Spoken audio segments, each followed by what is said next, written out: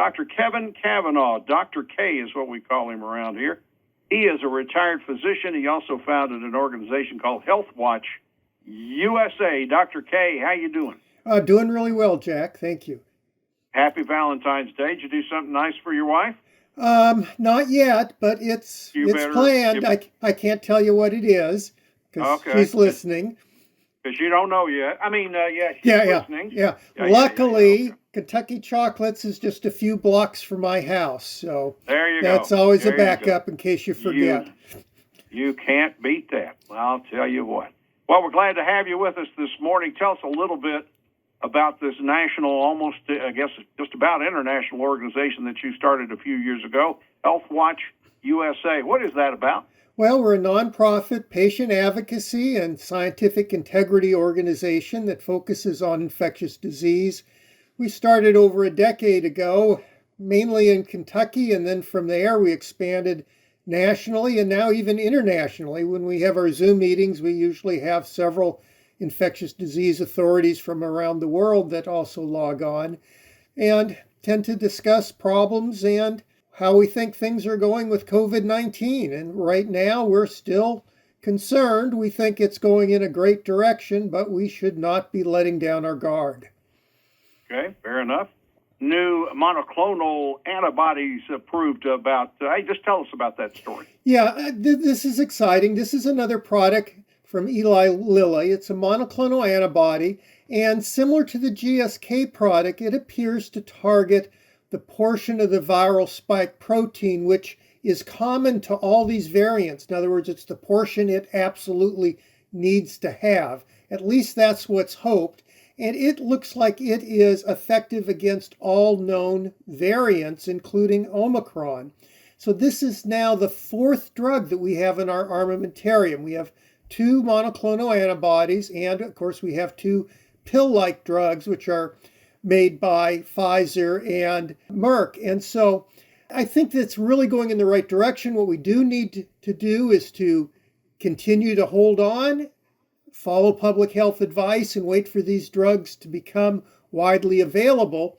Right now, they're in short supply, so if you need them, you may not be able to get them. But I think they'll be in the pipeline in a large quantity very soon. Now tell us about the FDA's.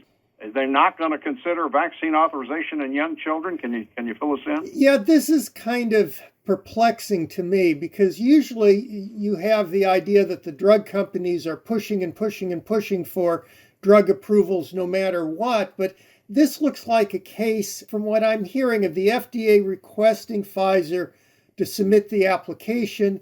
And from listening to Scott Gottlieb, I don't believe Pfizer was all that thrilled until the third phase of the trial or dosage was finished and they had all the data. And that right now, with just 2 doses, I don't think the efficacy is where Pfizer wanted to have before it submitted data or even before it started widely giving out these vaccines. And so that is put on hold. There may be a 3-shot course for the little kids if it is authorized or approved. So we still need to kind of wait. And so that's not real good news, but we also have these other modalities coming down the pike. So that kind of balances out. CDC's released data that booster immunity falls off after 4 months, huh? Well, yes. Now they're talking about here visits to the ER or the urgent treatment center. So we're not talking about asymptomatic infections, but actually symptomatic infections. The data also shows there's a slight decrease at 4 months in hospitalizations. And as you know, we talked earlier on the show that with laboratory studies, it looks like after 6 months, vaccine effectiveness may significantly wane. But right now, if you're looking at symptomatic infections, at 5 months' time, it's only 31% effective. If you're looking at hospitalizations, and this was a very small number of patients that they had, but at 4 months, it was 78% effective. And of course, that is down from over 90% effective right after the vaccination or at 2 months' time. So I think the booster, again, is a stopgap. And as far as the debate of is natural immunity better than vaccine? Well, if you're talking about if you're unlucky enough to get an Omicron infection versus a 2-dose vaccine, the 2-dose vaccine isn't going to hold up very well. Remember, this was designed for the Wuhan variant way back in the beginning, over 2 years ago now. And what we're seeing is a vaccine whose effectiveness is waning, but we have an Omicron-specific vaccine in the pikes, and of course the Army vaccine, which we're hopeful will cover all variants. And so that's good news. So I think in a couple months, we may be out of this. But again, right now, probably not a good time to let down our guard. And persistent COVID symptoms in 32% of adults over the age of 65. That's pretty high. Well, and it is. The article in the abstract's kind of confusing.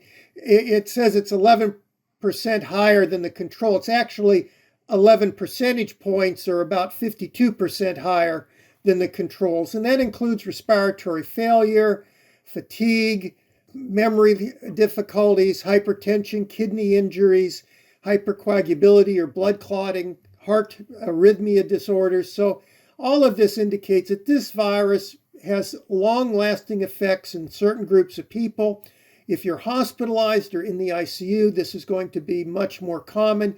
If you remember, we had a question on Friday regarding cardiac disease and long-term effects, and I was able to find that study. I think that was talking about 80% higher, not 80% of people, because the study looked at all comers. But if you were looking at just cardiovascular outcomes, for example, it was 39% more higher if you weren't hospitalized. But if you were in the ICU, and these are long-term effects, it was over 6 times more higher.